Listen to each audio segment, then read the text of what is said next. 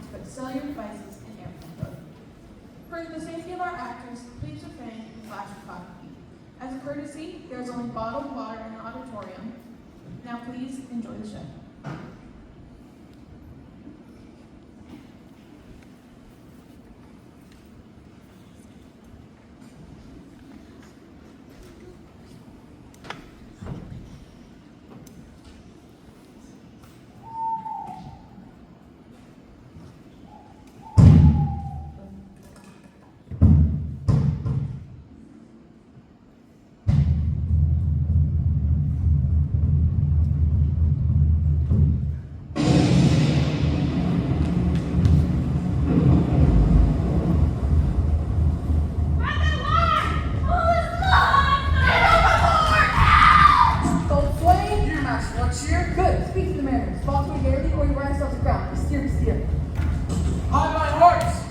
Cheer my heart, scare, take the top sail, and the master's whistle, about to let burst thy wind, there's room enough. The boatswain, I care!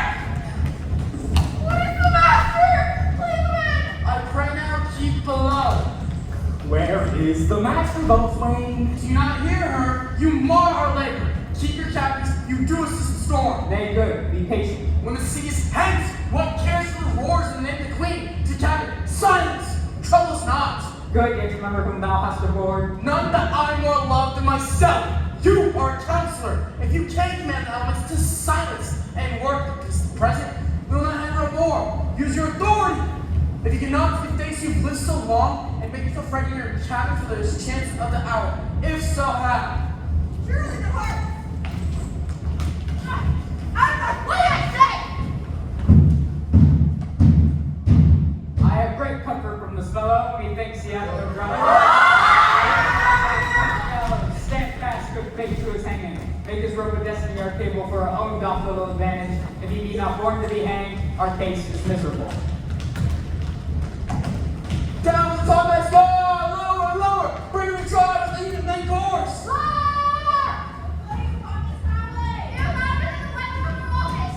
Yet again, what do you hear? Shall we give oil and drown? Have you a mind to sink? I'll punch in your throat!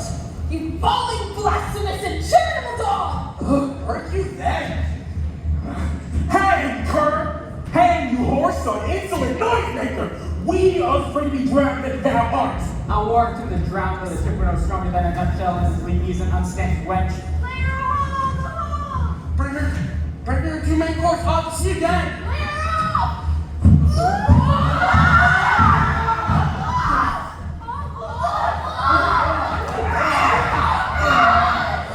Must not mouth speak cold? Queen and Prince at prayers with the system for our cases is there. I am out of patience! We nearly cheated out of our lives by drunkards! This is why Chuck after with that mic is like drowning the Washington 10 times! Till we can't get over a drop of water, swear against it and gave the whitest to gluttony.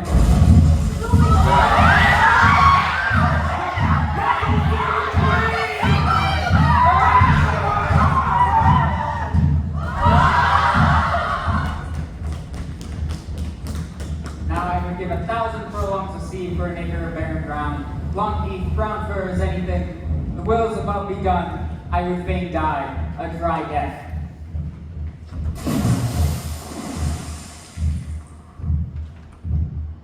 By your art, my dearest father, you have put the wild waters in this roar, allay them! The sky, it seems, would pour down stinking pitch, but not the sea. Mounting to the welcome cheek, dashes the fire out. Oh, I have suffered with those that I saw suffer. A brave vessel who had no doubt some noble creature in her dashed all to pieces. Oh, the cry did knock against my very heart. Poor souls, they perished.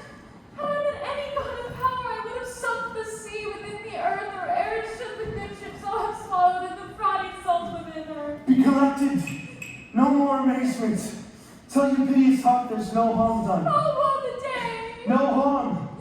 I've done nothing but in care of thee my dear one, thee my daughter, who art ignorant of what thou art, not knowing of whence I am, nor that I am more better than Prospero, master of a full porcelain, thy no greater father. Lord, to know did never meddle with my thoughts. 'Tis time I should inform thee further. Lend thy hand and pluck my magic garment from me. So, lie there, my art, wipe thou thine eyes, have comfort, and sit down, for thou must now know farther. You've often begun to tell me what I am, but stopped and left me to bootless inquisition, concluding, stay, not yet. The hour's now come. The very minute bids thee open thine ear. Obey and be attentive. Canst thou remember a time before we came unto this cell? I do not think thou canst, for then thou wast not out 3 years old. Certainly, sir, I can. By what? By any of the house or person? Of anything the image? Tell me that hath kept with thy remembrance. 'Tis far off, and rather like a dream than an assurance that my remembrance warrants. Had I not 4 or 5 women once that tended me?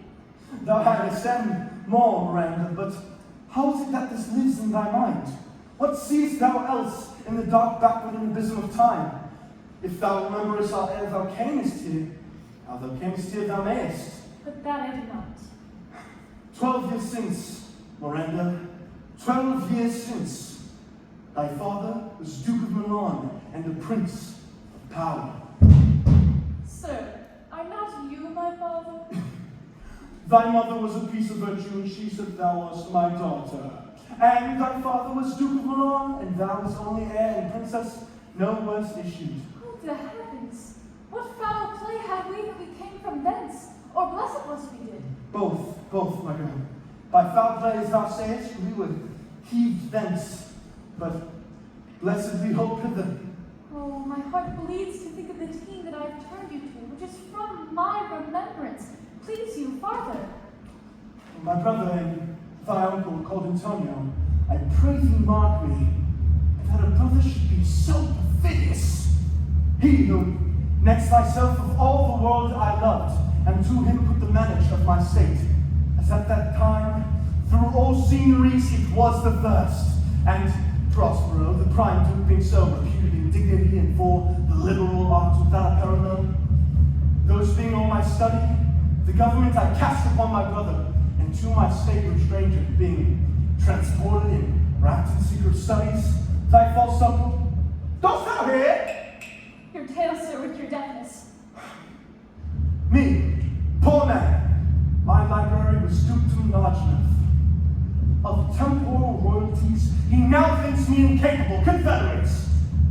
So dry he was for sway with the Queen of Naples to give her annual tribute, do her homage, subject his coronet to her crown, and bend the dukedom yet unbowed. Alas, poor Milan's most ignoble stooping. Oh, the heavens! Good wombs have borne bad sons. Now the condition. The Queen of Naples, being an enemy to me inveterate, hearkens my brother's suit, which was that she, in lieu of the premises of homage, and I know not how much tribute, should presently extricate me and mine out of the dukedom, and confer Familon with all honors on my brother, whereon a treacherous army levied. One midnight fated to the purpose did Antonio open the gates of Milan, and in the dead of darkness, the ministers for the purpose hurried thence, me and thy crying self. Lord, for mercy! I'm not remembering how I cried out then, will cry it over again. It is a hint that brings my eyes to it. Here a little further, and I shall bring thee to the present business, which now is upon without the which this story were most impertinent. How came we ashore? By providence divine, some food we had and some fresh water that a noble Neapolitan of his good charity and then being appointed master of this design did give us with rich garments, linens, stuffs, and necessaries that since have studied much. Of his gentleness, knowing I loved my books, he furnished me from my own library volumes that I prized above my dukedom. Would I might but ever see that man. Now I arise. Sit still, and hear the last of our sea sorrow. Here, on this island we arrive, and here have I, thy schoolmaster, made thee more profit than other princesses can that have more time for vainer hours, and who is not so careful. Heavens thank you for it.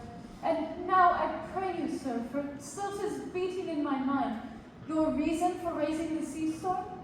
Know thus far forth, by accident most strange, bountiful fortune, now my dear lady, hath mine enemies brought unto this shore, and By my prescience I find my zenith doth depend on a most auspicious star, whose influence, if I could not but omit, should my fortunes ever after droop. Here, cease more questions. Thou art inclined to sleep.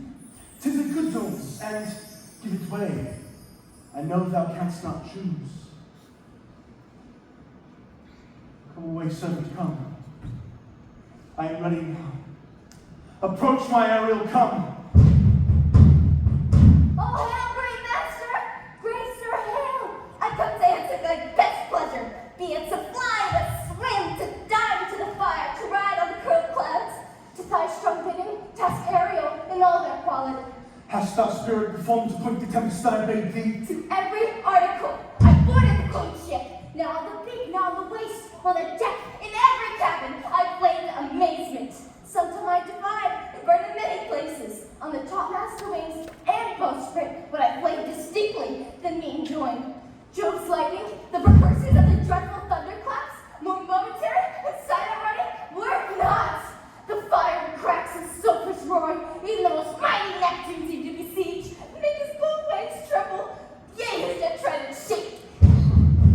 My brave spirit, but who was so firm, so constant that this coil would not affect their reason? Not a soul but felt the fever of the man, played some tricks of desperation. All but mariners plunged into the foaming brine and quit the vessel. Then all afire with me. The queen's son firsthand, with hair up staring, then like reeds, not hair, was the first man that jumped, crying, "Hell is empty, no, the devil's up here!" Why, that's my spirit, but is not this my shore? Close by, your master. But are the Ariel safe? Not a hair perished. Of their sustaining garments, not blemished, but fresher than before. And, as thou badest me, in troops I have dispersed them about the isle. The queen's son, how I landed by himself. When we left cooling of the air with sighs, and an odd ankle of the isle, and sitting, his arms in this sad knot. Of the queen's ship, the mariners, say how thou hast disposed and the rest of the fleet. Safely in harbor is the queen's ship. In the deep nook where once thou callest me up at midnight to fetch dew from the still vexed Bermudes, there she's hid. The mariners, all under hatches stowed, who, with a charm joined to their suffered labor, I have left asleep. As for the rest of the fleet, which I dispersed, they've all met again and are upon the Mediterranean flood, bound sadly home for Naples, supposing they saw the queen's ship wrapped in a great prison parish. Ariel, thy charge exactly is performed. But there is more work. What is the time of the day? Past the mid-season. At least 2 glasses. The time 26 an hour must by us both be spent most preciously. Is there more toil? Since thou dost give me pains, let me remember thee what thou hast promised, which is not yet performed me. How now, Moody? What is it thou canst demand? My liberty! Before the time be out, no more. I prithee, remember I have done thee worthy service, told thee no lies, made thee no mistakings, served without or grudge or grumblings. Thou didst promise to bid me a full year. Didst thou forget from what a torment I did free thee? No? Thou didst! And thinkest it much to tread the ooze of the salt deep, to run upon the sharp wind of the north, to do me business in the veins of the earth and inspect with frost? I do not, sir! Thou liest, malignant thing! Hast thou forgot the vow at Sycorax, who, with age and envy, was grown to who hast thou forgot her? No, sir! Thou hast! Where was she born? Speak, tell me!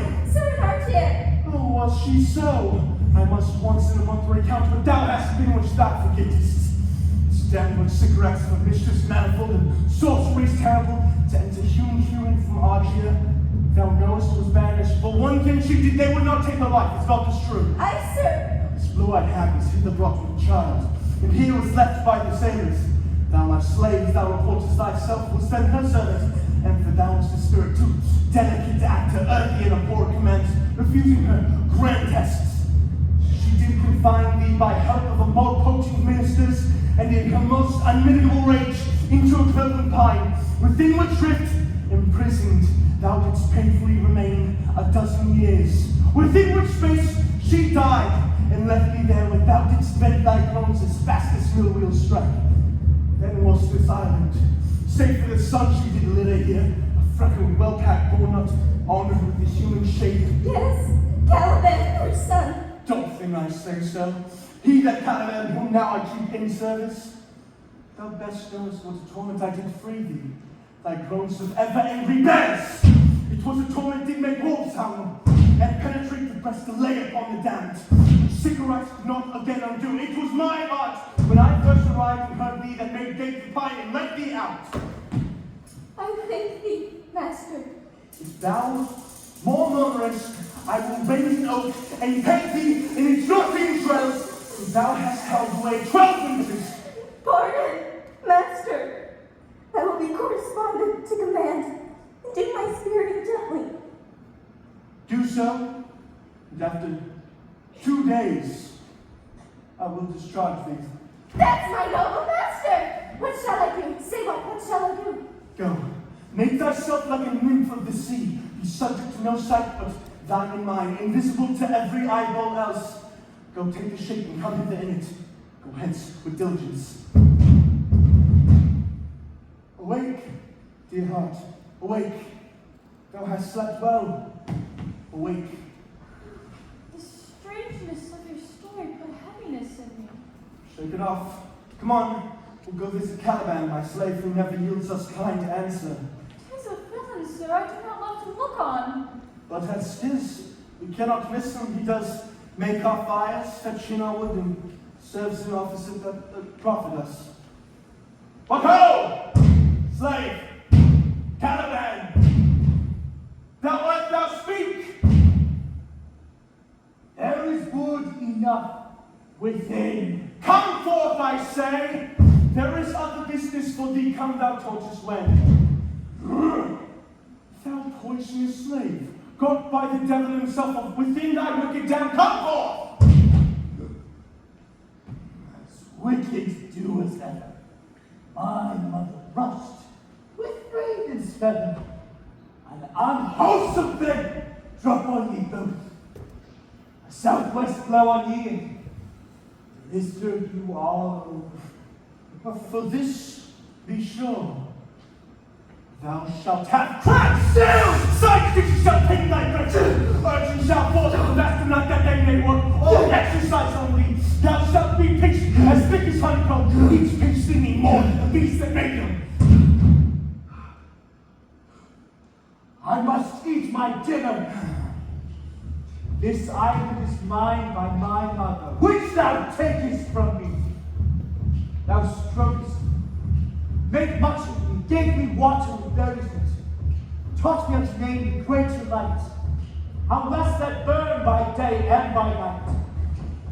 And I loved thee, and showed thee all the qualities of the island, fresh springs, brine pits, land barren and fertile. Cursed be I that did so! May all the charms of sycorax, toads, beetles, and bats light on you! For I am all the subjects which you have, which first was mine own king. And here you stir me in this hard rock. How did you keep the rest of the isle from me? Thou most lying slave, whom stripes may move not kindness, I have used thee, filled as thou art with human care, and lodged thee in mine own cell till thou didst seek to violate the honor of my kind.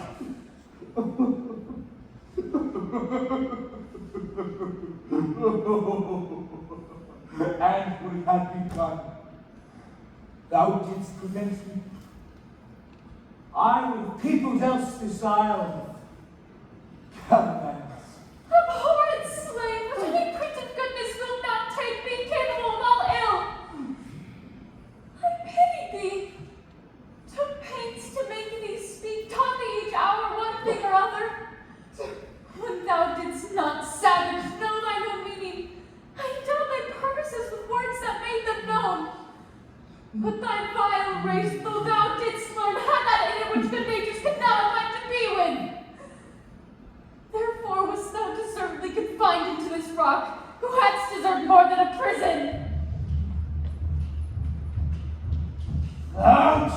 me language.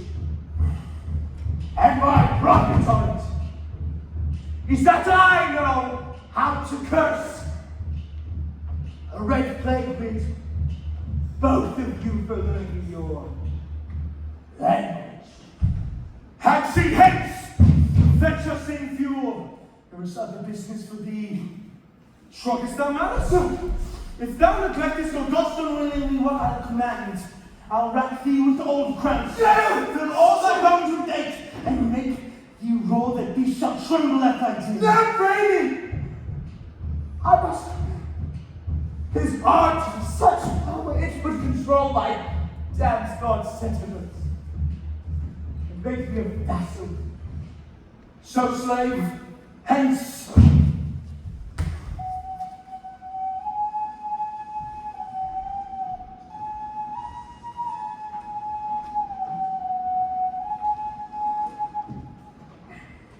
Come unto these yellow sands, and then take hands. Curtsy when you have, and kiss the wild waves' waist. Foot it featly here and there, and sweet sprites, bearing burden. What's that spark? Hark, hark! I hear the strain of a strutting chanticleer cry cock-a-doodle-doo. Where should this music be? In the air or the earth? It sounds no more, and the shore waits upon some god of the islands. No. Begins again. Full fathom 5, thy mother lies. Of her bones are coral made. Those are pearls that were her eyes. Nothing of her that doth fade, but doth suffer a sea change into something rich and strange. Sea nymphs hourly ring her now. Hark thou hear them? The ditty does remember my drowned mother. This is no mortal business, nor no sound of the earth owes. I hear it now above me. The fringed curtain of thine eyes advance, and say what thou seest yond. What is it? A spirit? Lord, how it looks about. Believe me, sir, it carries a brave form, but 'tis a spirit. No wench, it eats and sleeps and hath such senses as we have such. This gallant which thou seest was in the rack, and was he something stained with grief, fat's beauty's taken. Thou mightest call him a goodly person. He hath lost his fellows, and strays about to find him. I might call him a thing divine, for nothing natural I ever saw so noble. It goes on, I see, as my soul commands it. Spirit finds spirit. I'll free thee within 2 days for this.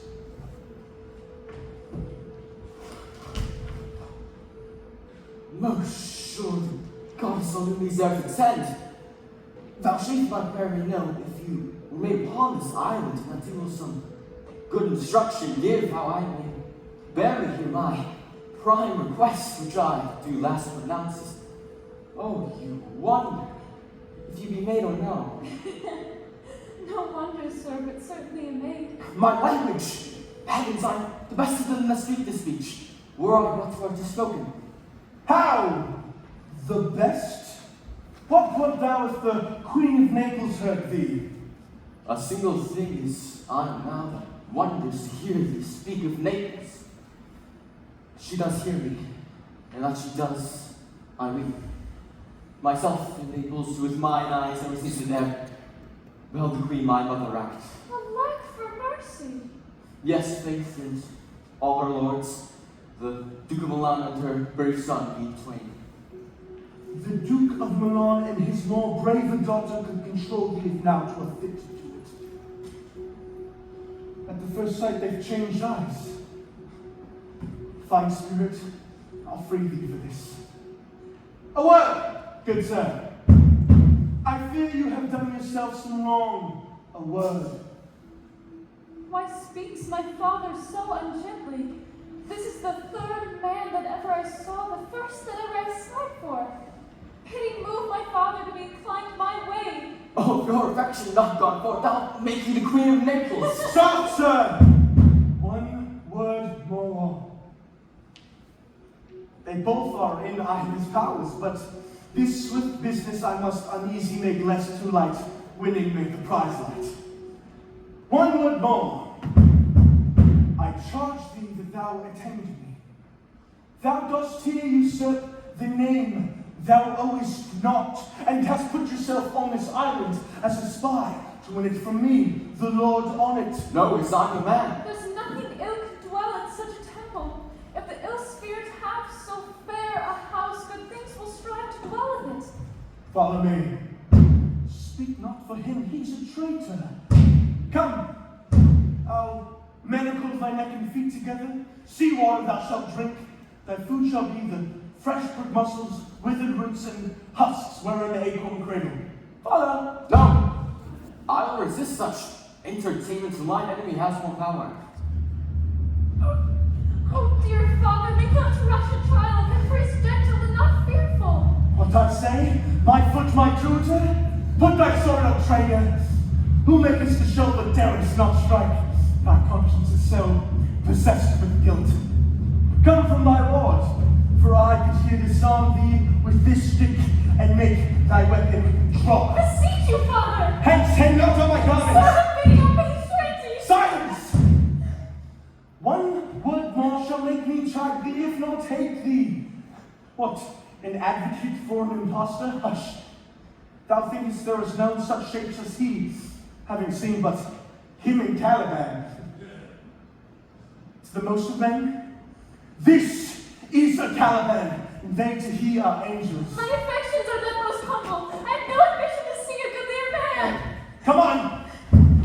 Obey. Their nerves are in their infancy again and have no vigor in them. So they are. My spirits, some dream are all bound up. My mother's loss, the weakness which I feel, the wrath of all my friends, nor this man's threats to whom I am subdued. I relent. Might I then, through my prison one today, behold this maid, all course else the earth let liberty make use of. Space enough, if I in such a prison. It works. Come on. Thou hast done well. Follow me.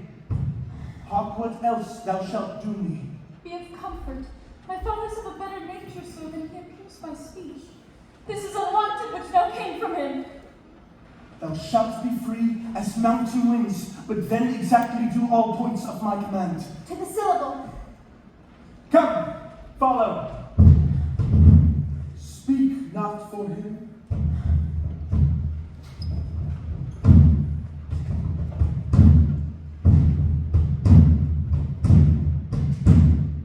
Beseech you, man, be merry. You have cause, so have we all, of joy. For our escape is much beyond our loss. I mean, our preservation, few in millions can speak like us. Then wisely, man, weigh our sorrow with our comfort. Ricky, peace!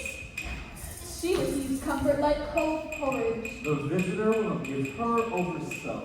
Look, she's winding up by the watch of her wit. By and by it will strike. Man, One, tell, when every grief is entertained that is offered, comes to the entertainer. a dog. Dolour comes to indeed, you have spoken truer than you purpose. You have taken it wiselier than I met you should. Therefore, my lady. Fie, what a spendthrift is he of his tongue! I pray you, spare! Well, I have done but yet. You'll be talking. Which of he or Adrian, for a good wager, first begins to crow? The old cock. The cock. Done. The wager. Oh, after. A match. Done. Those islands seem to be So you're paid. uninhabitable and almost inaccessible. Yet, He could not miss it. It must needs be of subtle, tender, and delicate temperance. Temperance was a delicate wench. I and subtle, and she most yearningly delivered. The air breathes upon us here most sweetly. As if it had lungs, or rotten ones. Or as perfumed by a fen. Here's everything advantageous to life. True, save means to live. Of that there is none, or little. How lush and lusty the grass looks, how green. The ground indeed is tawny. With an eye of green in it. He misses not much. No, he doesn't say the truth totally. But the rarity of it is, which is indeed almost beyond credit, As many vouched rarities are. that our garments, being as they were, drenched in the sea, notwithstanding their freshness and glosses, are rather bedyed than stained with salt water. If but one of his pockets could speak, would it not say he lies? Aye, or falsely pocketed up his report. Methinks our garments are now as fresh as when we wore them first in Africa, at the marriage of the Queen's fair daughter Clarabelle to the King in Tunis. 'Twas a sweet marriage, and we will prosper well in our return. Tunis was never graced before with such a paragon to their queen. Not since Widow Dido's time. Widow? A pox of that! How came that widow in? Widow Dido. Man, we were talking that our garments seem now as fresh as when we wore them in Tunis at the marriage of your daughter, who is now queen. And the rarest that ever came there. Is not, man, my doublet as fresh as the first day I wore it? I mean, in a sort, That sort was well fished for. when I wore it at your daughter's marriage. You cramp these words into my ears against the stomach of my sense! My son is lost! And in my ring, she too, who is so far from Italy removed that never again shall see her. All that mine air of Naples and of Milan, with strange fish hath made his meal on thee.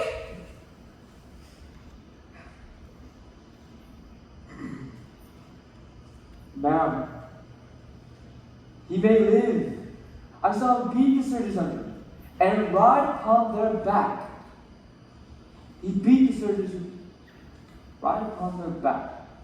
He tread the water with them and he flung his side and breasted. The surge was sworn the metal. His bold head bowed the contentious waves he kept, and oared himself with good arms and lusty strode through the shore, over his wave worn by his foe. As stooping to leave, I not doubt he came alive to land. No, he's gone!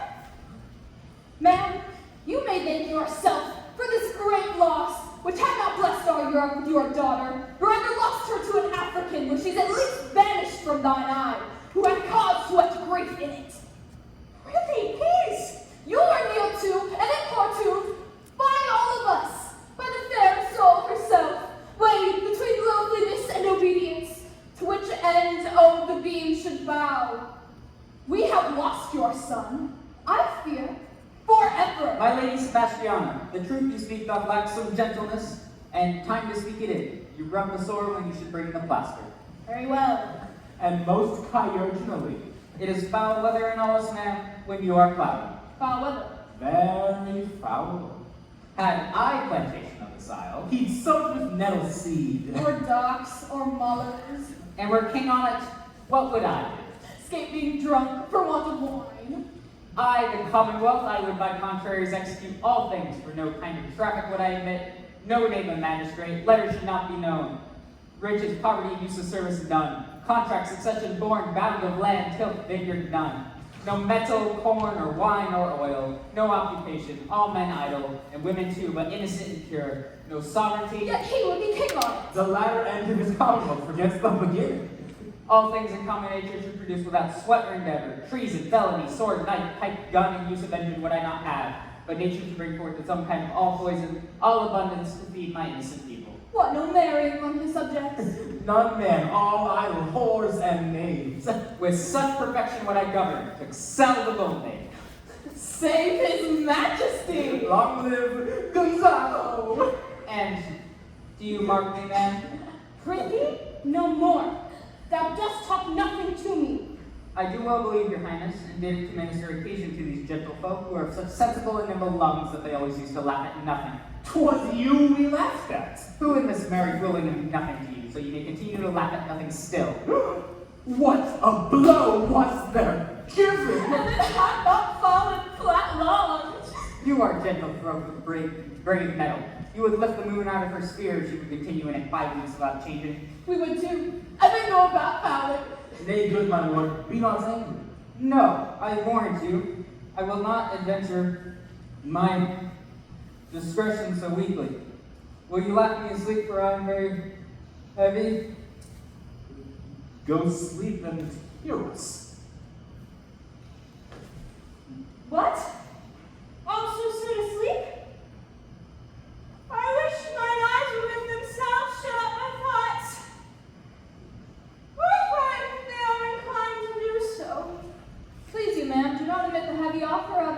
It seldom visits sorrow. When it doth, it is a comforter. We too, my lord, will guard your person while you take your rest and watch your safety. Thank you. Water is heavy.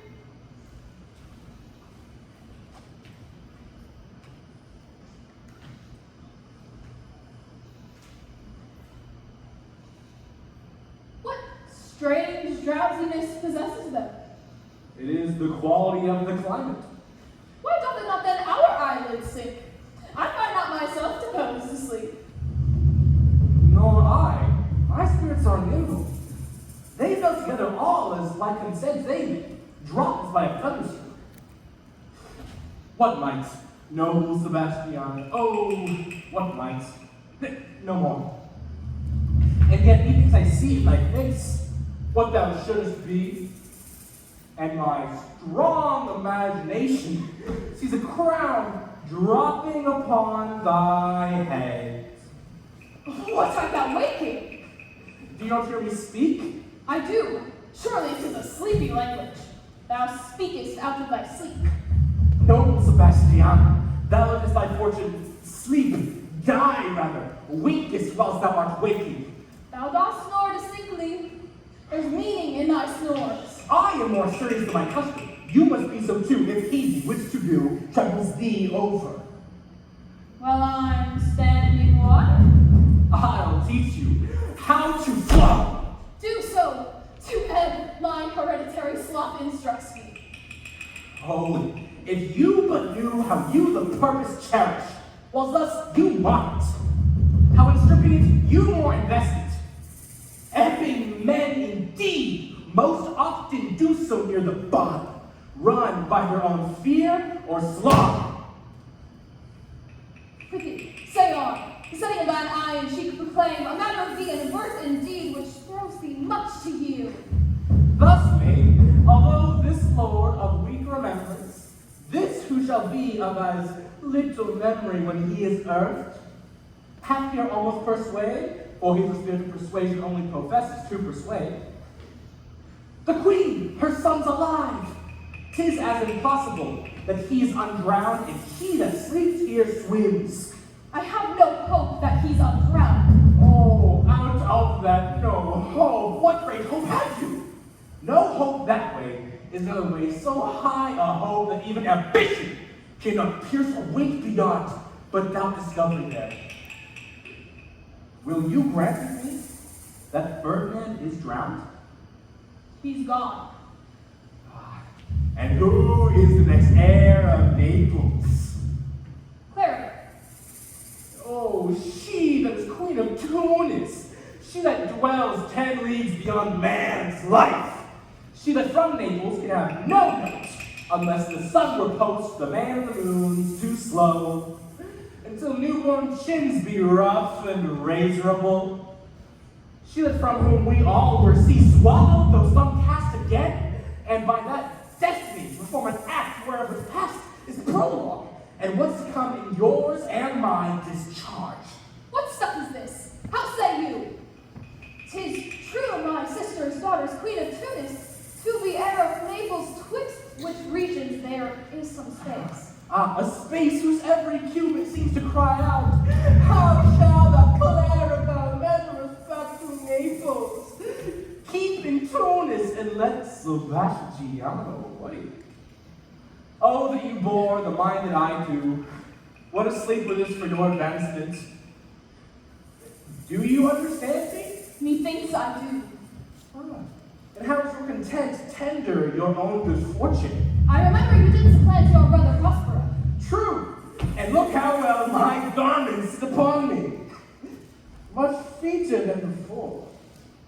My brother's servants were then my fellows. Now they are my men. But for your conscience, Aye, sir, where was that? Oh, if 'twere God who put me to my slipper. But I feel not this deity in my bosom, 20 consciences that stand twixt me and Milan. Can ye be they and melt ere they molest? Ah, here lies your sister. No better than the earth, she lies a pawn. If she were that, which now she's like, that's dead. Whom I, with this obedient steel, 3 inches of it, can lay to bed forever, whilst you doing thus the perpetual wink, for I might put this ancient morsel, this Sir Prudence, who should not upbraid our course, and for all the rest, they'll take suggestion as a cat laps milk. They'll turn the clock to any business that we say befits the hour. Thy case, dear friend, shall be my precedent. As thou dost Milan, I'll come by Naples.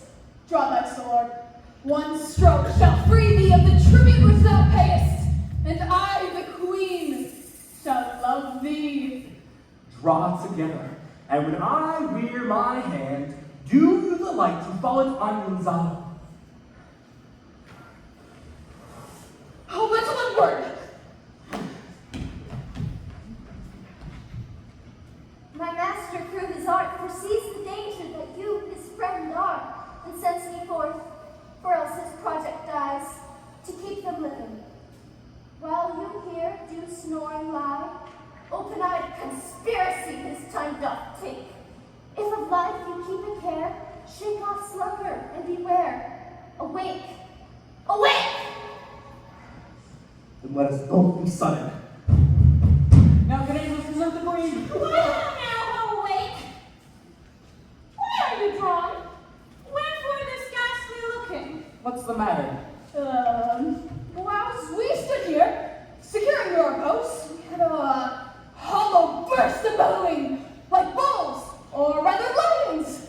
Did it not make you struck my ear most terribly? I heard nothing. Oh, 'twas a din to strike a monster's ear, to make an earthquake. Short was the roar of a whole herd of lions. Heard you this, Gonzalo? On a man, there was a humming and a strange one at that tree, which did awake me. I shaped the men and cried, and when mine eyes opened, I saw their weapons drawn.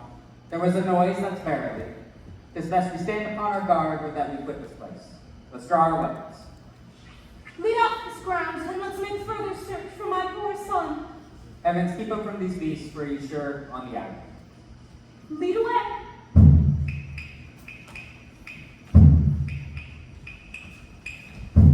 Prospero, my lord, shall know what I have done. So, queen, go safely on, to seek thy son.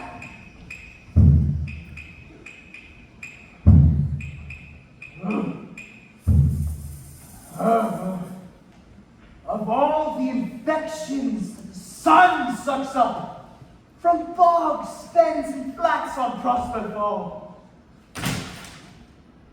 and by inchmeal make him a disease. His spirits hear me, that I needs must curse. No. Oh, here comes a spirit of his to torment me for bringing wood and slowly. Awful flat, perchance he will not mind me. Oh. Here's neither bush nor shrub to bear off any weather, John. And another storm broke that hear it singing in the wind. Yon stained black cloud, yon huge one. Looks like a foul bavard that would shed his liquor. Oh.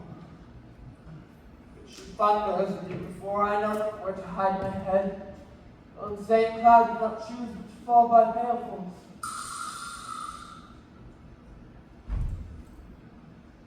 What do we have here? A man or a fish?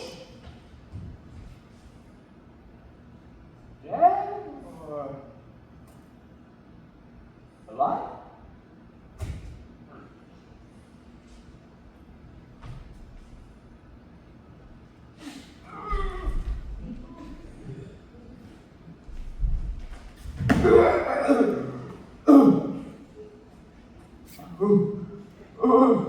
A fish.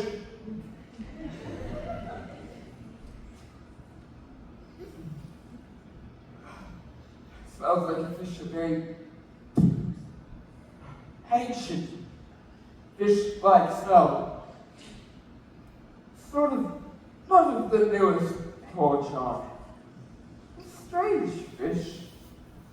Where I am in England now, as once I was, with nothing but this fish painted.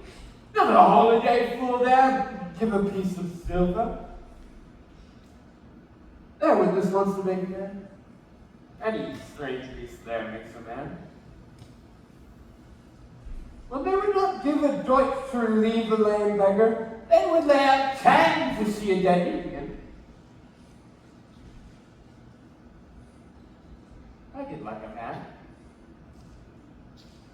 And his fins like arms. What am I trough? I do now reduce my opinion, hold it no longer. This is no fish, but an islander was recently suffered a thunderstroke. Alas, the storm has come.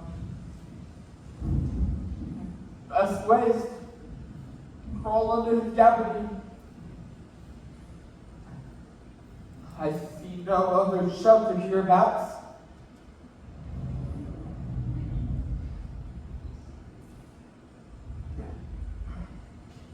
Is there a quaint man? Strange bedfellows. I shall be shrouded to the dregs of the storm be past.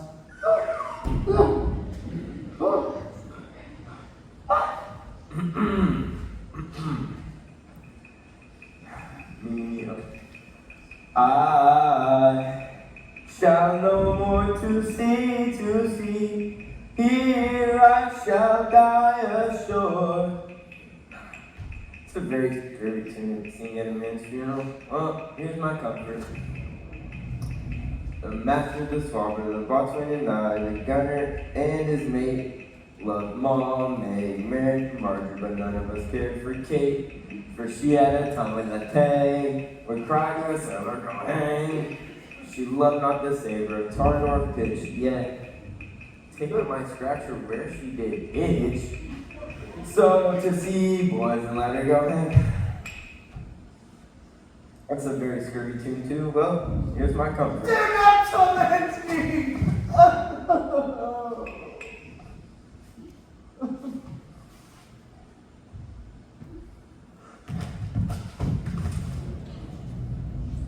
What's the matter? Have we done with here? You play tricks upon us with savages and men in hut. Well, I'm not escaped drowning to be afeard of you and your 1, 2, 3, 4 4 legs, or hath it been said, as proper man who has walked on 4 legs cannot make him give ground. And it shall be said again, so Stefano breathes at not. This spirit, he torments me! This is some delicate monster out with 4 legs who has, as I take it, in a view. Where the devil should go learn our language?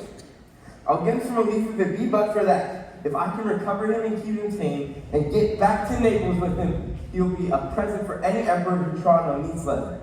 Do not torment me. I shall bring my warning faster, please. He's in a fit now and does not speak after the wisest. He shall taste my bottle. If he never drunk wine before, it shall go near to remove his fit. If I can recover him and keep him tame, I will not take too much for him. For he shall pay for him that hath him, and that soundly. Thou dost me yet but little, but thou wilt anon.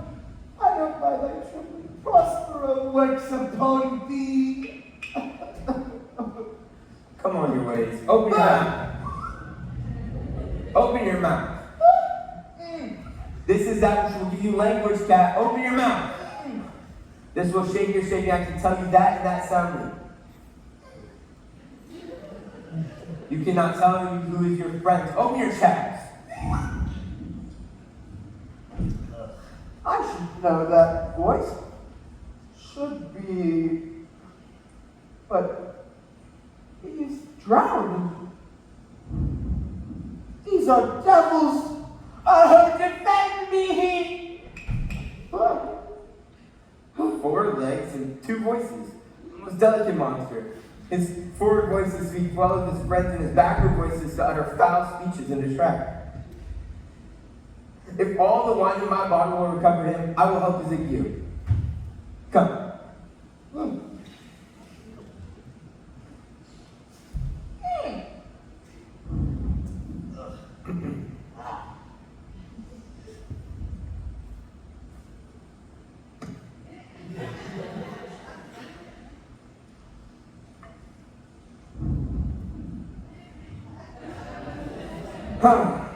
Amen. I will give some to thy other mouth. Stefano! Don't thy other mouth call me mercy, mercy. This is the devil in no long spirit. I will leave him. I have no long spoon. Stefano, if thou beest, Stefano, touch me and speak to me. For I, Trinculo, be not afeard, my good friend, Trinculo.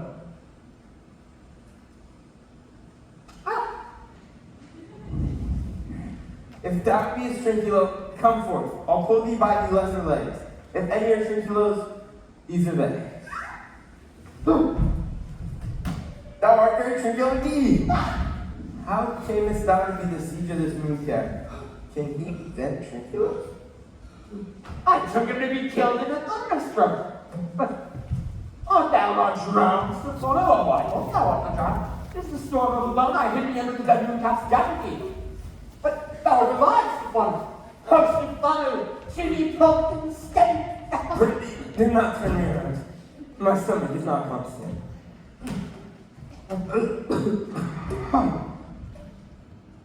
These be fine things. If they be not spirits, then that's a brave god. That bears celestial liquor. Oh, I shall kneel to him. How didst thou escape? How camest thou hither? Swear how thou camest hither. I escaped upon a butter sack which the sailors heaved overboard. By this bottle, which I made from the bark of a tree, with mine own hands since I was cast ashore. I'll swear upon that bottle and be thy true subject, for that liquor is not earthly. Swear how thou escaped. Swim ashore, man. Like a duck. I can swim like a duck, I'll be sworn. Thou canst swim like a duck, but art made like a goose. Oh, Stefano, hast any more of this? The whole but, man. My cellar is in the rocks by the seaside where my wine is hid. How now, mooncalf? How does thine view? Hast thou not dropped from heaven? Out of the moon I do assure thee. I was the man in the moon one time was. Oh, I know thee. I adore thee. I know thee. And thy dog, and thy bush. I swear to that. Kiss the book. I'll furnish it in on with new contents. I swear.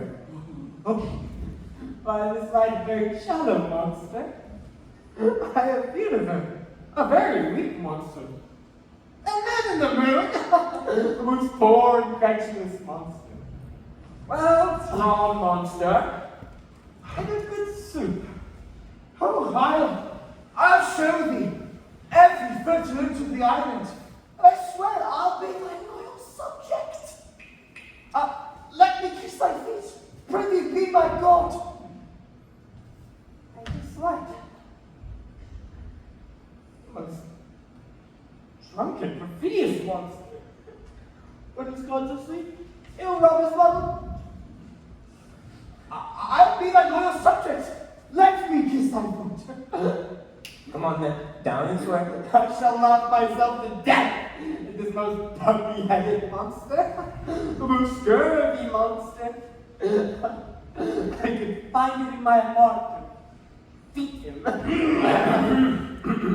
Come, kiss. But the poor monster's in drink.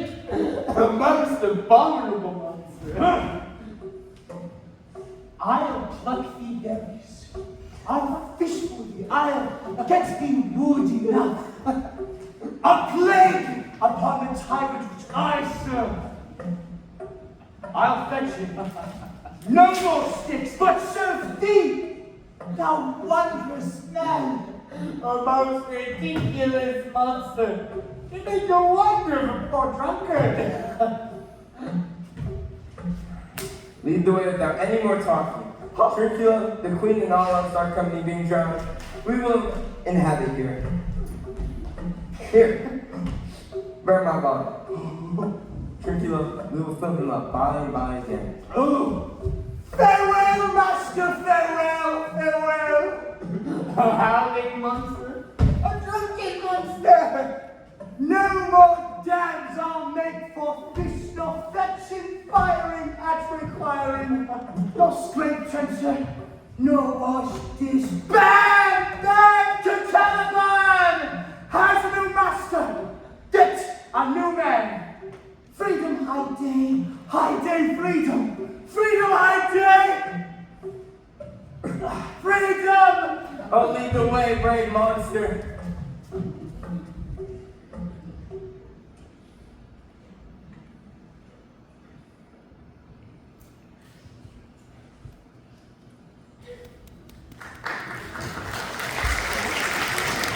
The coach from Alabama, he does.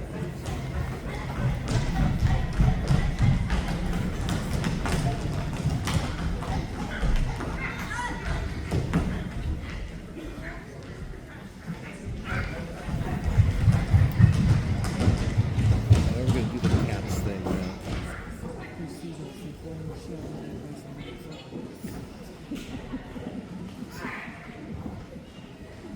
Prepare to be crushed on.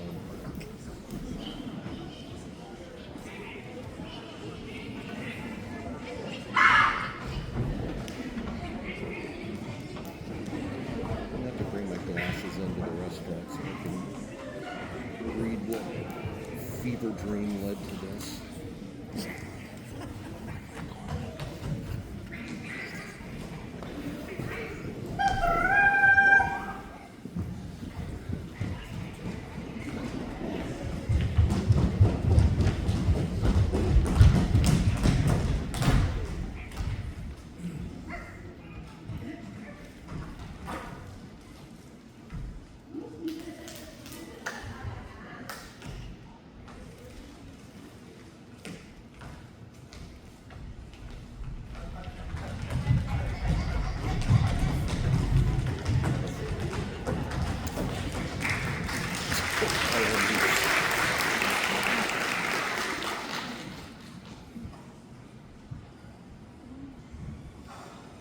There be some sports are painful, and their labor, delight in them sets off. Some kinds of baseness are nobly undergone, and most poor matters point to rich ends. This, my mean task, would be heavy to me as odious, but the mistress which I serve quickens what instead makes my labors pleasures.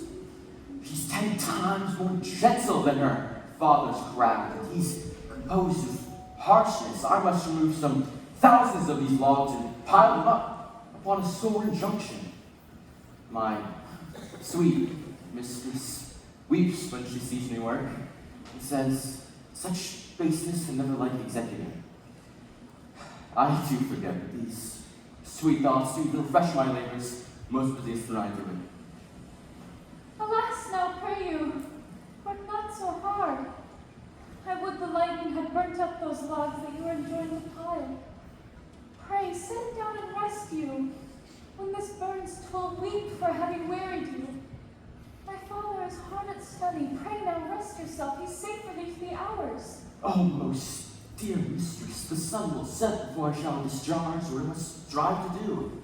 If you'll sit down, I'll bear your logs the while. Pray, give me that. I'll carry it to the pile. No, noble mistress, I would rather crack my sinews, break my back, than to such dishonor undergo while I sit lazy by. It would become me as well as it does you, and I should do it with much more ease, for my good will is to it, and yours it is against. Poor worm, thou art infected. This visitation shows it. You look wearily. No, noble mistress, this fresh morning with me when you are by at night. I do beseech you, to feel that I might set it in my prayers. What is your name? Miranda. Oh, my father, I broke your hest to say so. admire Miranda, indeed the top of admiration worthless, dearest to the world. For many a lady I vied, rest your gardens, make tender harmony their tongues soft and bondage, brought mine to diligent ear. For several virtues have I, like several women, never any with so full of soul, but some defects inherited, quarreled when it was ratioed, and put it to the foil, like you! Oh, you so perfect, and so peerless, a queen of every creature's best. I do not know one of my sex. No woman's face remember, save from my glass mine own. Nor have I seen more than I recall men than you, good friend, my dear father.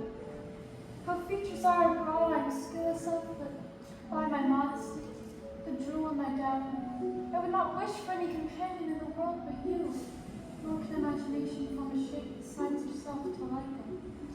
But I promised something too wildly, and my father's precepts I there and do forget. I am in my condition a prince, Miranda. Under the king, I do not so. I would no more endure this wooden slavery than to suck the flesh line from my mouth. Hear my soul speak.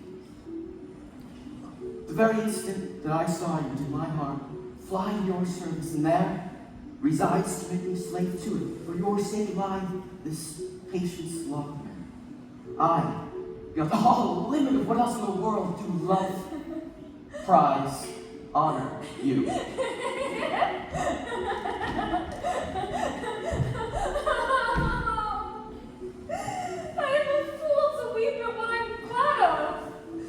Fair encounter of two most rare affections. Wherefore we Heavens, rain grace on that which breeds between. Mine unworthiness, that dare not offer what I desire to give, and much less take what I shall die to want. But this is trifling, and all the more it seems to hide itself, the bigger bulk it shows. Hence bashful cunning and prompt me, plain and holy innocence. I am your wife if you will marry me. If not, I'll die your maid. My mistress, dearest, nothing thus humble ever. My husband then? I, with heart as full as bondage ere freedom, here's my end. And mine, my heart in it. And now farewell till half an hour hence. 1,000,000. So glad of this as they I cannot be, who was surprised withal, but my rejoicing at nothing can be more. To my book, for yet ere supper time must I perform much business appertaining.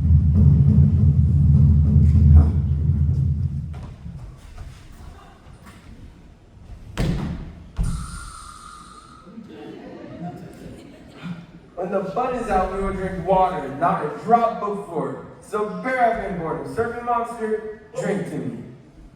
Servant monster? The folly of this island. They say there's but 5 upon this island, and we are but 3 of them. The other 2 be brained like us, the state drunkers. Servant monster, drink when I bid thee. Thy eyes are almost set in thy head. Where should they be set else? To a brave monster indeed if they were set in his tail. My man monster hath drowned his tongue in sack. For my part, the sea cannot drown me. I swam here 35 leagues, off and on. By this light, you shall be my monster, my lieutenant, and my standard. Your lieutenant, if you wish. He's no standard. Will not run, Monsieur Monster. Nor don't even, but you'll lie like dogs, and yet say nothing either. Mooncap, speak once in thy life if thou beest here, Mooncap. How does my noble master? Let me kiss my feet.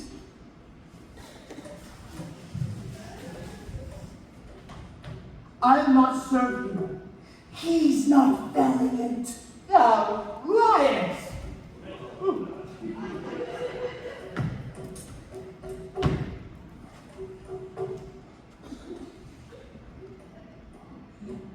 Thou liest.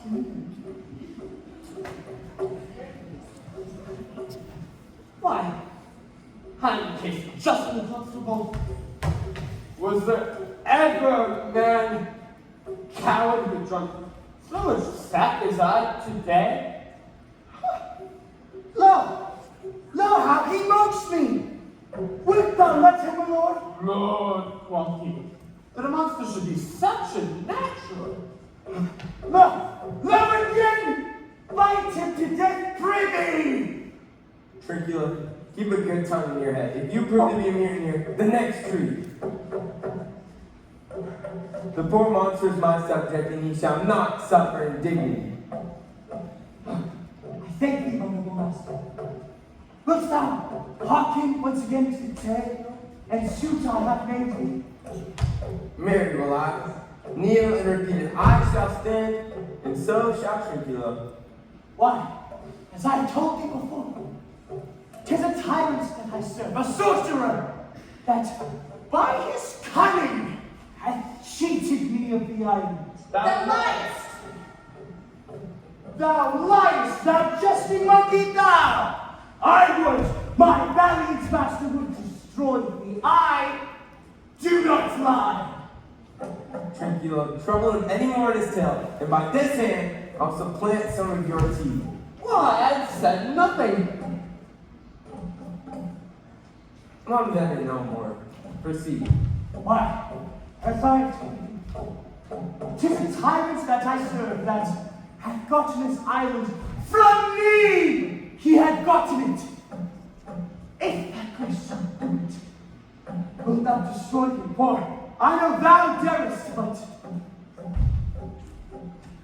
this thing dare not. That's most certain.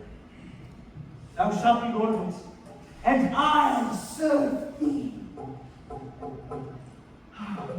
How now shall this be compassed? Canst thou take me to the party? Aye, that I will. I'll yield him thee asleep, where there thou mayest knock a nail into his head. Thou liest! Thou canst not! Ho, ho, ho, ho! Thou scurvy patch! Pied ninny! Trincula, running in no further danger. Interrupt the monster one more time, and by this hand I'll turn Mercy out of the doors and make a stockfish of you. Why, I've done nothing. Didst thou not say you lied? Thou liest! Do I so? Take that back. And as thou like this, tell me the lie another time. I not give the lie. I have wits in hearing too. This sour drinking too. I'm afraid on your monster. And the devil take your fingers.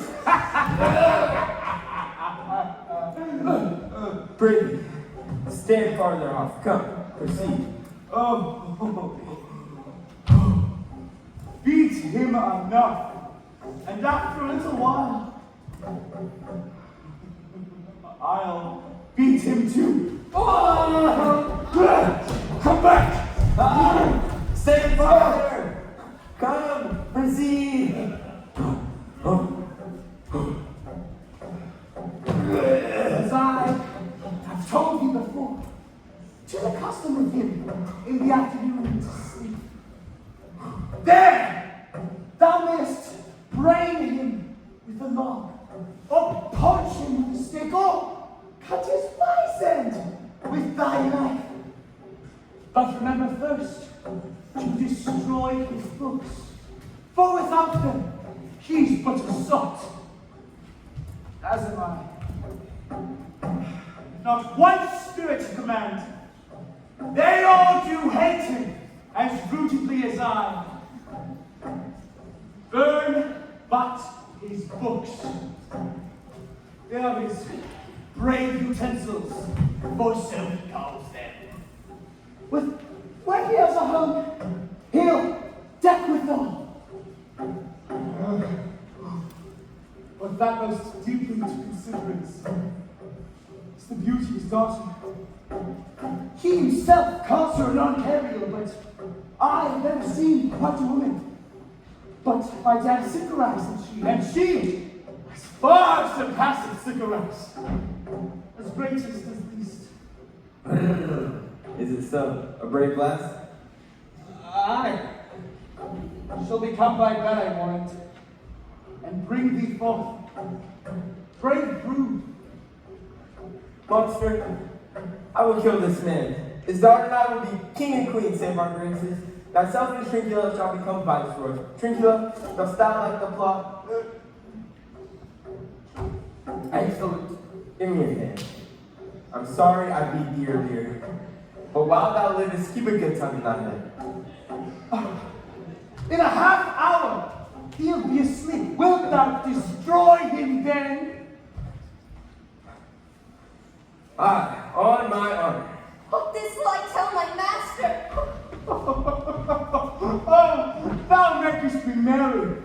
I, full of pleasure. Let us be jocund. Wilt thou troll the catch thou but taught me will there? I will do reason, any reason. Trincula, come, let us sing. Oh, Flapping and scattering and flapping and thought it's free. that's not the tune.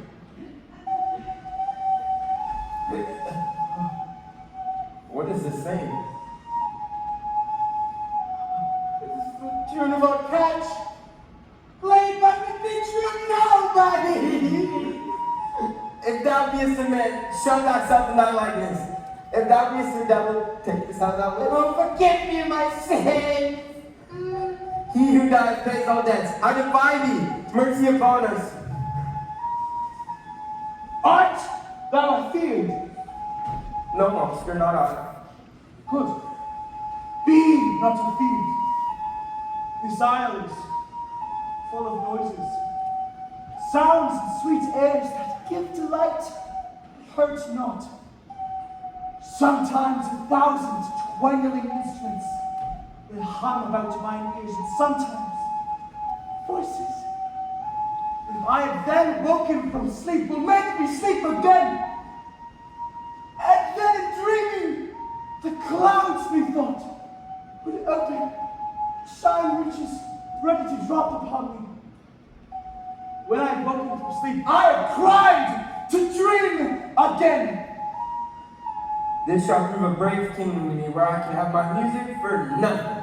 When Prospero is destroyed, That shall be by and by. I remember the tale.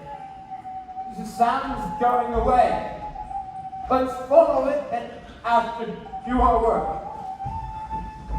Monster, lead the way.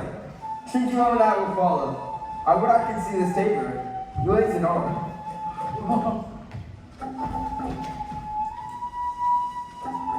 Wilt thou? I'll follow Stefano.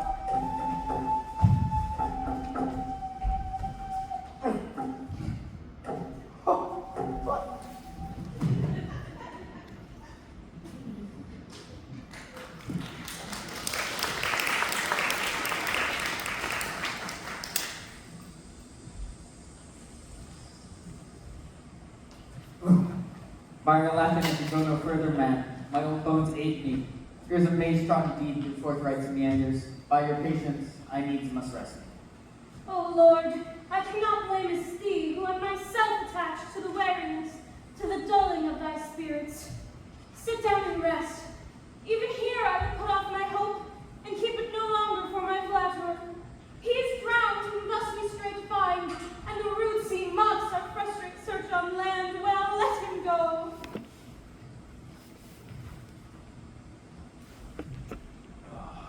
I am right glad that she is so out of hope. Do not for one repulse fulfill the purpose that you resolve to effect. The next advantage will we take it further. Let it be threat, for now they will press with travel. They will not, nor cannot, use such vigilance as when they are fresh. I say tonight, no more. What harmony is this, my good friends? Hark! Hark with sweet music. Give us, timekeepers, heavens! What were these? If in Naples I should report this now, would they believe me? I should say I saw some islanders. For certes they are people of the island, who though they are monstrous shape, yet note their manners are more gentle kind than that of our human generation, of which you will find many, nay, almost any. Honest Lord, thou hast said well. For some of you there present are worse than devils.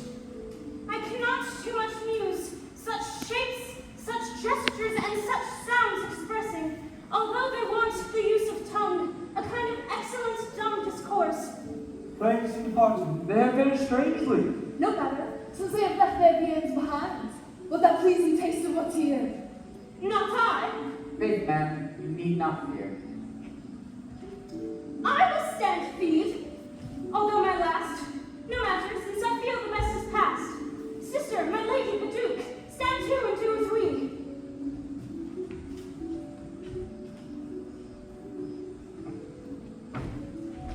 You are 3 folk outstanding. No destiny that have to instrument this lower world and what is in it. And never serpent sea had cause to backshot you. And on the side where man doth not inhabit. You, most men being most unfit to live.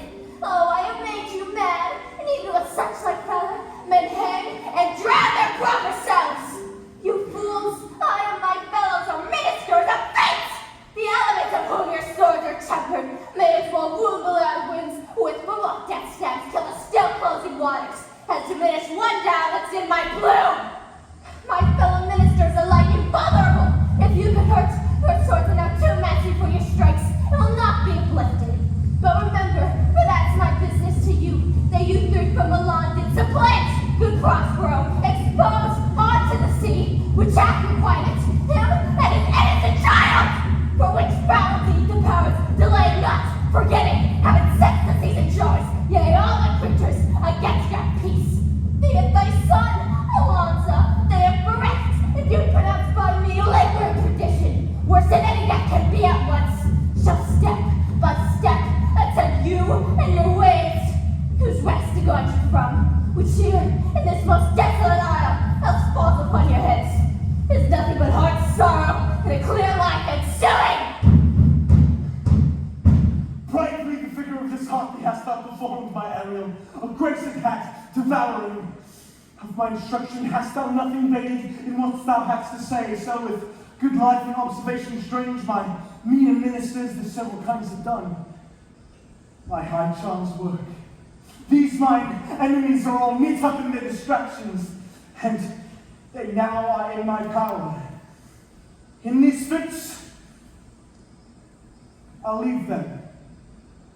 For I'll go visit young Ferdinand, whom they suppose is drowned, and his and mine love dying. In the name of something holy, man, I stand you in that strange stare. Oh, it is monstrous. Monstrous! Methought the village spoke and told me of it. The waves did say it to me. And the thunder, that deep and dreadful organ pipe pronounced them prosper. It did pass my trespass. Therefore, my son in the ooze is bedded, and I'll sink him deeper than ever condescended, and with it their life body. But one thing at a time, I'll fight their legions over. That'll be my second! All 3 of them are desperate. Their great guilt, like a poison given to work after a long time, now begins to bite the spirits. I beseech you, those of suppler joints, to follow them swiftly and hinder them from what this ecstasy may now provoke them to. Follow, I pray you.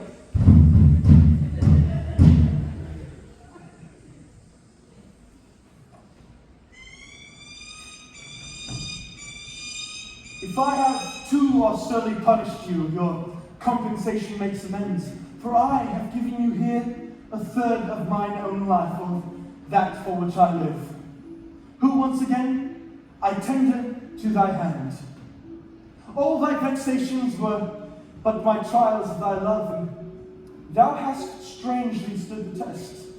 Here, afore heaven, I ratify this my rich gift. O Ferdinand, do not smile at me that I boast of her, for thou shalt find she will outstrip all praise and make it halt behind her. I do believe it against an oracle. Then as my gift in thine own acquisition worthily purchased, take my daughter. But thou dost break a virgin not before all sanctimonious ceremonies be with full and holy rite being ministered, no sweet aspersion shall the heavens let fall to make this connection grow, but barren hate, sour I disdain, and discord shall bestrew the union of your bed with weeds so loathly that you shall hate it both. Therefore take heed, as Hymen's lamp shall light you. Is our hope for Quiet days, fair issuance, long life in such love as 'tis now, the murkiest, damn most opportune place, the strongest suggestion our wishes can shall never melt mine honor into lust to take away the edge of that day's celebration. When I shall think, or Phoebus' deeds are founded, or night kept chained below. Fairly spoke. Sit then and talk with her. She is thine own. But Ariel, my industrious servant Ariel, What would my pope master? Here I am. thou and thy mere fellows your last service did worthily perform, and I must use thee in such another trick. Go bring the rabble, on whom I give thee power to this place. Incite them to quick motion, for I must bestow upon the eyes of this young couple some vanity of mine art. It is my promise, and they expect it from me. Presently, Aye, with a twink. before you can say come or go or breathe twice and say so, each one, dripping on his toe, will be here with mop and mow. Do you love me, master? Dearly, my delicate Ariel, do not approach till thou dost hear me call. Well, I conceive. Look, thou be true, do not give dalliance too much the rein, for the strongest oaths are straw to the fire in the blood. Be more abstemious, or else good night your vow.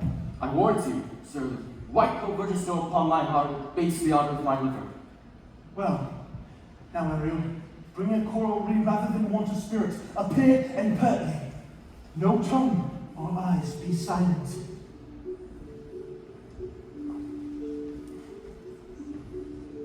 Ceres, most bounteous lady, thy rich leaves of wheat, rye, barley, vetches, oats, and peas, thy turfy mountains where live nibbling sheep, and flat meads thatched with stover them to keep, thy banks with peony and twilly brims, which spongy April thy hest betrims, to make cold nymphs chaste crowns, and thy broom groves, whose shadow the dismissive bachelor loves, being last lord thy pole-clipped vineyard and thy sea marge, whose sterile and rocky hard, where thou thyself dost air, the queen of the sky, whose watery arch and messenger am I, bids thee leave these, and with her sovereign grace, on this grass plot, in this very place, to come and sport her peacock's fly mane. Approach, rich Ceres, her to entertain. Pale, many-colored messenger, that never dost disobey the wife of Jupiter, and who with thy saffron wings upon my flowers diffused honey drops, refreshing showers, and with each end of thy blue bow dost crown my bosky acres and my unshrubed down.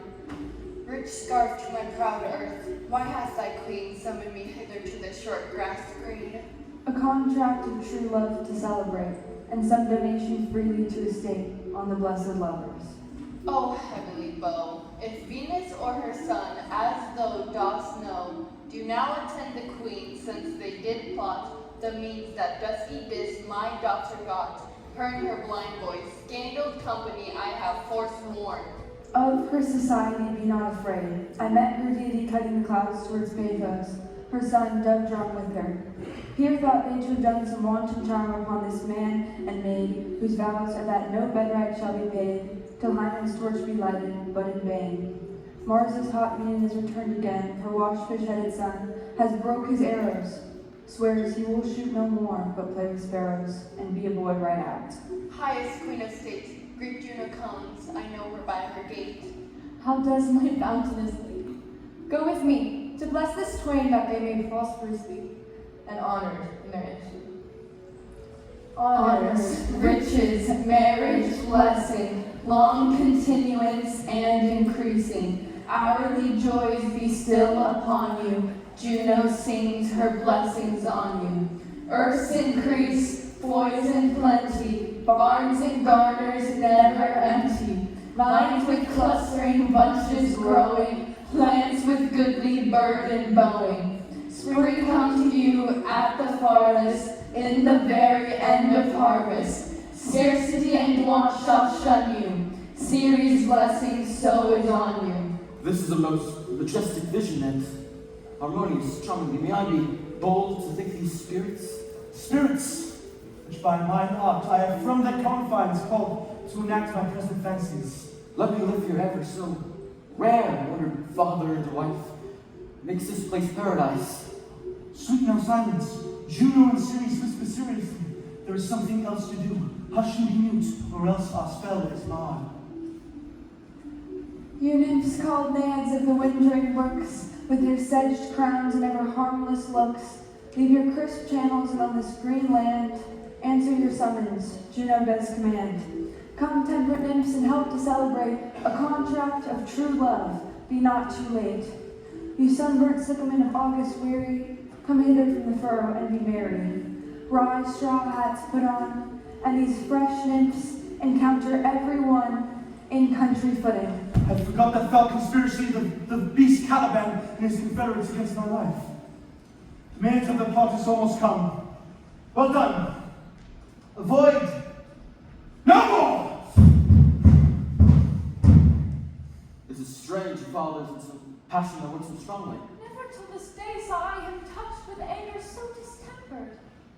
Do look, my son, in a moved sort, as if you were dismayed. Be cheerful, sir. Our revels are now ended. These are actors, as I foretold you, are all spirits all melted into air, into thin air. And much like the baseless fabric of this vision, the cloud-capped towers, the gorgeous palaces, the solemn temples, the great globe itself, yea, all which it inherited, shall all dissolve. And much like this insubstantial pageant faded, if not a rack behind. We are such stuff as dreams are made on, and our little life is rounded with sleep. Sir, I am vexed, bear not with my weakness. Be not disturbed with my infirmity, my old brain is troubled. If you be pleased, retire into my cell and there repose. Return, O two, I'll walk to still my beating mind. We wish you peace. Come with the thought. I thank thee, Ariel, come. Thy thoughts I cleave to. What's thy pleasure? Ariel, we must prepare to meet with Caliban. I, my commander.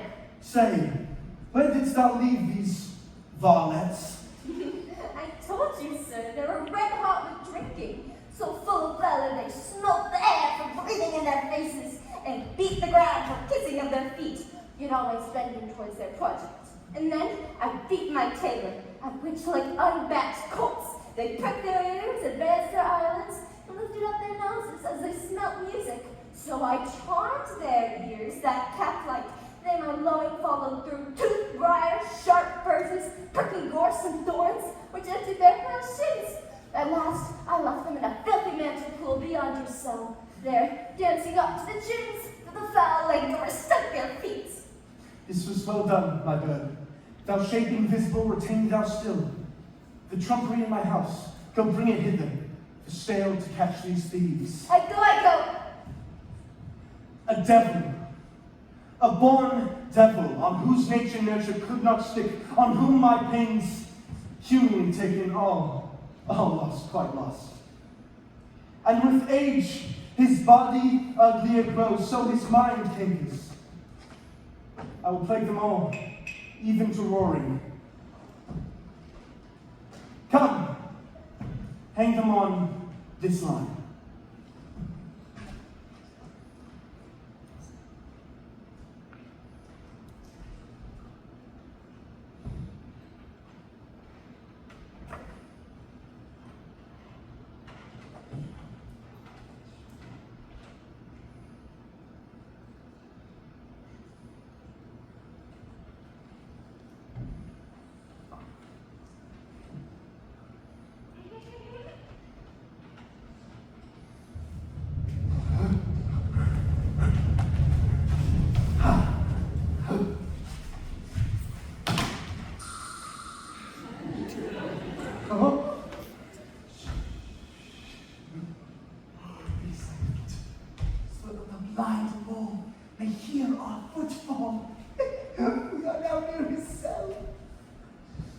Monster, this fairy which you say is a harmless fairy has done a little better than play the jack with us.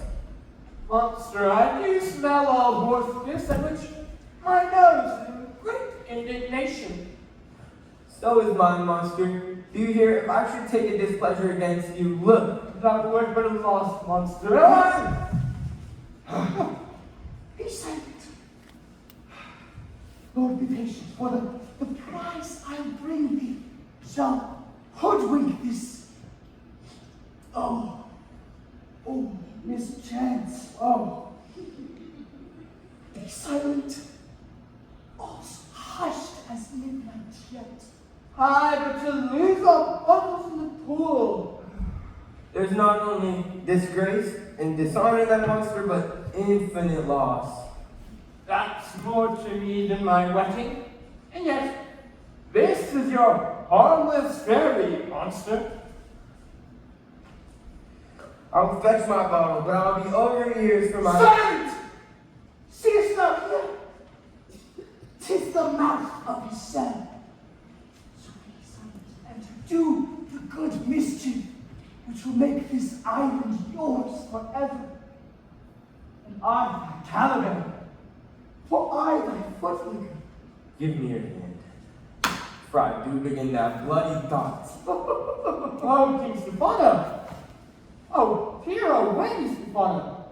Look what a wardrobe here is for me. Let it alone, thou fool. It is but trash. Oh, Monster. We know it belongs to a frippery. King Stefano! Lay off that gown, Tranquillo. By this hand, I shall have that gown. High Grace shall have it. The dropsy drama school! Who are we to judge on such luggage? Oh, if Prospero's to catch us, he'll fill our skin with pinches, or turn us all into strange things. Be you quiet, Monster. Mistress Line, is not this my jerkin? Is not the jerkin under the line? Now, jerkin, you are like to lose your hair and prove a bald jerkin. Do. We steal by line and level. And it's like your grace. I thank you for that, Jeff. We steal by line and level. That was an excellent pass of pay. We shall not go unrewarded by a king in this country. There's another garment for it. Monster, come. Put some lime upon your fingers and away with the rest. I'll have none of it. If Prospero's to wake up, he'll turn us all to barnacles, or to apes with foreheads filled with love. Monster, bury your fingers and take this to where my hogshead of wine is hid. Or I'll turn you out of my kingdom. Go to! Carry this. And this. Aye, and this. And this. Hey, mountain hey!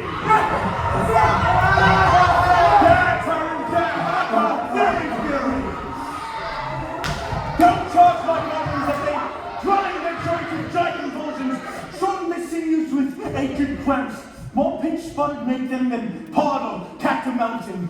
Hark they roar! Let them be hunted soundly.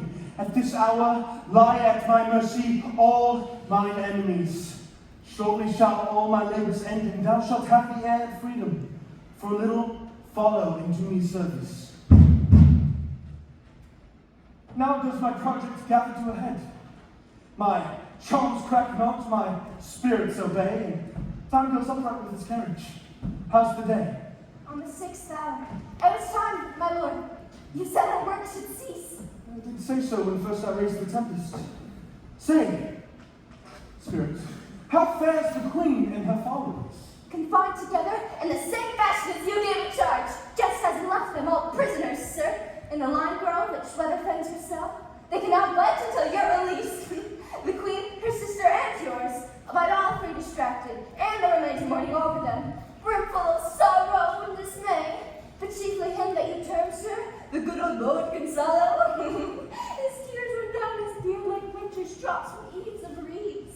Your Your charm so strongly works them that, if you now beheld them, your affections would become tender. Dost thou think so, spirit? Mine would, sir, were I human. And mine shall. Hast thou which art the air a touch of feeling of their afflictions, and shall not myself one of their kind that relish all as sharply passion as they be kindly immoved than thou art? Though with their high wrongs I am struck to the quick, yet with my nobler reason against my fury do I take part. The rarer action is in virtue than in vengeance. They being penitent, the sole drift of my purpose doth extend not a frown further. Go, release them, Ariel. My charms I'll break, their senses I'll restore, and they shall be themselves. I'll fetch them. Sir! I've bedimmed the noontide sun, called forth the mutinous winds, and twixt the green sea and altered volts set roaring war.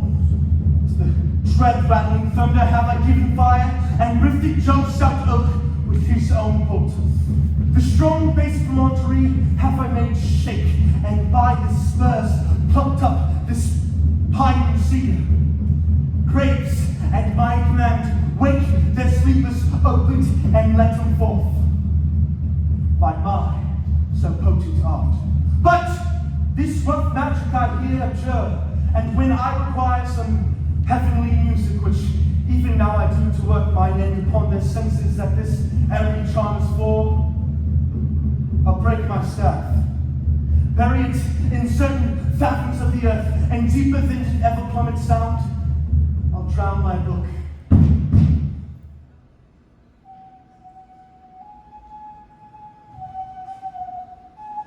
A solemn air, and the best comfort to an unsettled fancy, cheer thy brains. Now useless boiled within thy skull there stand, for you are spell stopped. Holy Gonzalo, honorable man, mine eyes have been sociable to the sight of thine for fellow drops. The charm dissolves apace, and as the morning steals upon the night, melting the darkness, so the rising senses begin to chase the ignorant fumes that mantle their clear reason. O good Gonzalo, my true preserver and loyal sir, to him you followest, I will pay thy graces home both in word and deed. Most cruelly didst thou, Alonso, use me and my daughter. My sister was a furtherer in the act. Thou art preached for it now, Sebastian. Flesh and blood, you, brother mine, that entertained ambition, expelled remorse, whom with Sebastiana, that whose pinches therefore were most strong, would have killed your queen. I do forgive thee, unnatural though thou art. The understanding begins to swell, and the approaching tide shall shortly fill the reasonable shore that now lies foul and muddy. Not one of them that yet looks on me or would know me. Ariel, go fetch my mask for my son. I will discase me in myself present, as I was sometime Manon. Quickly, spirit, thou shalt ere long be free.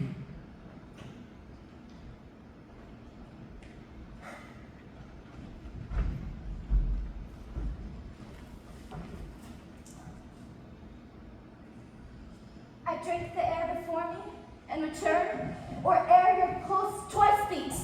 I'll torment, trouble, wonder, and amazement inhabits here. Some heavenly power guides out of this fearful country. Behold, the wronged Duke of Milan. Prospero! For more assurance that a living prince does now speak to thee, I embrace thy body, and to thee and thy company bid a hearty welcome. Whether this beest he or no, or some enchanted trifle to abuse me, as late I have been, I don't know. Thy pulse beats as flesh and blood, and since I saw thee, the affliction of my mind amends, with which I fear a madness held me. This must crave, and if this be at all, a most strange story. Thy dukedom I resign, and to entreat thou pardon me my wrongs, but how should Prospero Prospero be living and be here? First, noble friend, let me embrace thine age, whose honor cannot be measured or confined. Whether this be or be not, I'll not swear. You do yet taste some subtleties of the hour that will not let you believe things certain. Welcome, my friends all. But you, my brace of lords, were I so minded, I here could pluck her highness's frown upon you and justify you traitors. At this time I will tell no tales. The devil speaks in him! No! For you, most wicked sir, whom to call brother would even infect my mouth, I do forgive thy ranks for all of them, and require of thee my tutor, which perforce I know thou must restore. If thou beest Prospero, give us part proof of thy preservation. How thou hast met us here from 3 hours since were wrecked upon the shore, where I have lost. How sharp this point of remembrance, my dear son Ferdinand! Oh, I am woe for it, ma'am. Irreparable is the loss, and patience says it is past and pure. I rather think you have not sought her help, of whose soft grace for the like loss I have her sovereign aid and rest myself content. You, the like loss? As great to me as late, and supportable to make the dear means have I means much weaker than you may call to comfort you. For I have lost my daughter. Oh, heavens! A daughter! Oh, that they were both living in Naples, the king and queen there! That they were. I wish myself were mudded in that cozy bed where my son lies. When did you lose your daughter? In this last tempest, I perceive these lords do so much admire that they devour their reason. Scarce think their eyes do offices of truth, their breath is natural word. But howsoever you have been jostled from your senses, know for certain that I am Prospero, and that very Duke which was thrust forth of Milan, who, most strangely, where you were wrapped upon the shore, was lent to be lord on it. But no more yet of this, for 'tis a chronicle of day by day, not a relation for a breakfast, nor befitting this first meeting. Welcome, ma'am. This cell is my court. Here have I few attendants and subjects not abroad. Pray you look in. My duty, since you have given me again, I will requite you with as good a thing. At least, bring forth a wonder, to content ye as much as me, my duty. Sweet Lord, you play me false. No, my dear Scylla, I would not for the world. Yes, for a score of kingdoms you should rank, and I would call it fair play. Is this prohibition of the island? One dear son shall I twice lose? A most high miracle. Though the seas threaten, they are merciful. I have cursed them without cause. Oh, the blessings of a glad mother compass the amount. Arise and say how no king is here. Oh, wonder. How many goodly creatures are there here? How beauteous mankind is. Oh, brave new world that has such people in it.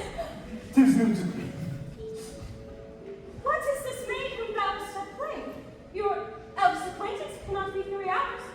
Is she the goddess that hath served us and brought us thus together? Ma'am, she is mortal, but by immortal providence, she's mine. I chose her when I could not ask my mother for her advice, nor thought I had one. She is daughter to this famous Duke of Milan, of whom so often I've heard renowned, but never saw before, of whom I have received a second life and second parents. This lady makes it to me. I am hers, but oh, how ugly will it sound asking my child forgiveness. There, ma'am, stop. Let us not burden our remembrances with the heaviness that's gone. I have inly wept or should have spoken ere this. Look down, you gods, and upon this couple place a blessed crown, where it is you who struck forth the way that has brought us hither. I say amen, Gonzalo. Give me your hands. Let grief and sorrow still embrace his heart that doth not wish you joy. Be it so, amen. Oh, look, man, here's more of us. I prophesied that there were gallows on land, as fell and could not drown. Now blasphemy. To swear grace overboard, not an oath on shore, hath no mouth by land. What is the news? The best news is that we safely found our queen in company. The next, our ship, which, but 3 glasses since, we gave up slip. It's tight in gear and gravely rigged as when we first put out to sea. Sir, all this service have I done since I went. My tricksy spirit. These are not natural events. They strengthen from strange to stranger. Sir! How came you hither? Well, if I did think so, ma'am, I were well awake. I'd strive to tell you, but we were dead asleep, and how we know not, all clapped under hatches, where but even now were strange and several noises of roaring, shrieking, howling, and jangling chains, and a more diversity of sounds, all horrible. We were awake straightway at liberty, where we, in all her train, freshly behold our royal, good, and gallant ship, our master, Captain to eye her, on a trout, so please you, even in a dream were we divided from them and brought moping hither.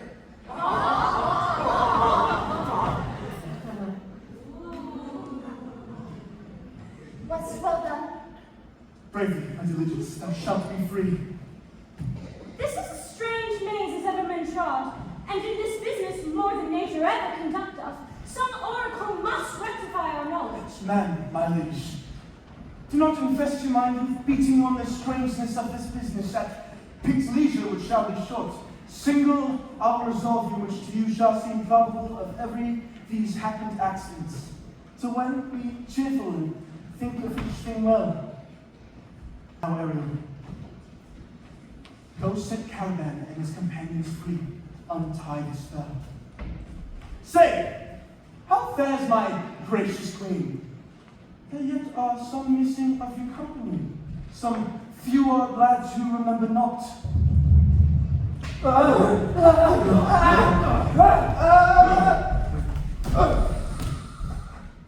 Every man ship for the rest of it, no man take care for himself. Coraggio, bully monster, coraggio.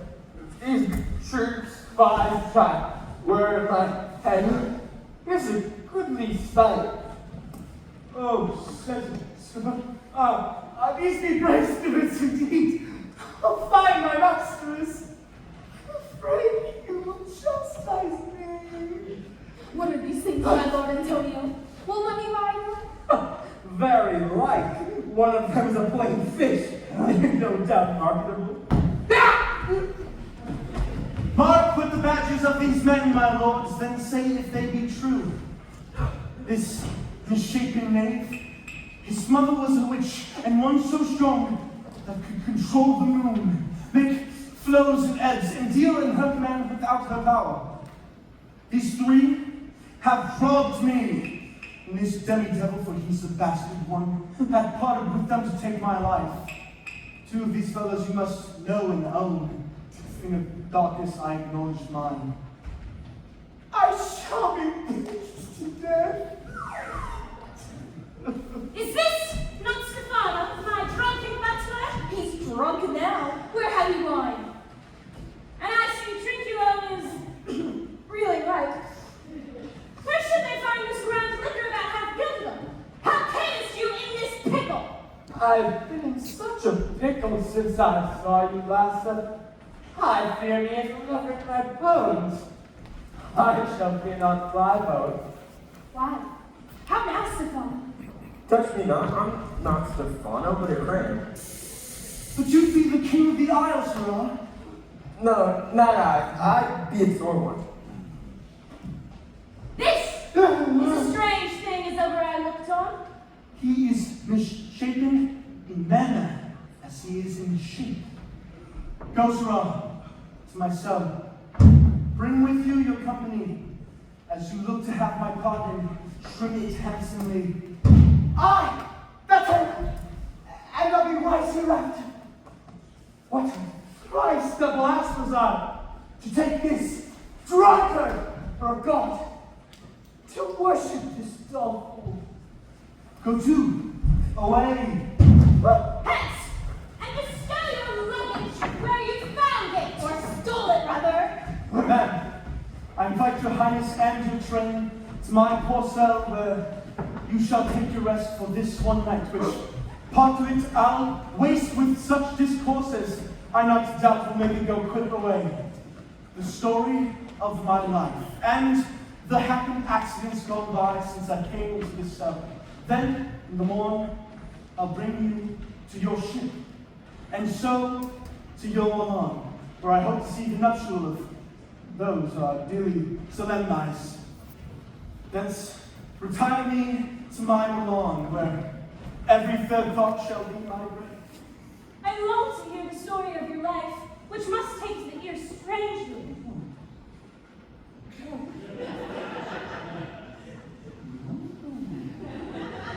I'll deliver all, and promise you calm seas, auspicious gales, and sails so expeditious that it shall catch your royal fleet far off. Ariel, my chief, that is thy charge. Into the elements, be free, and fare thou well. Please me, draw near. Now my charms are all overthrown, and what strength I have is mine own, which is most faint. Now 'tis true I must be here confined by you or sent to Naples. Let me not, since I have my dukedom got, and pardon the deceiver dwell here in this bare island by your spell, but release me from my bands with the help of your good hands.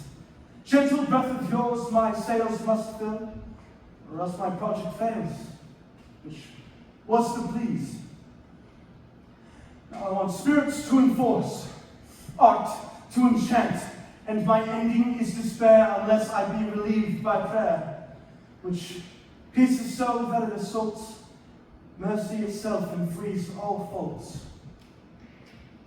As you from crimes of pardon be, let your indulgence set me free.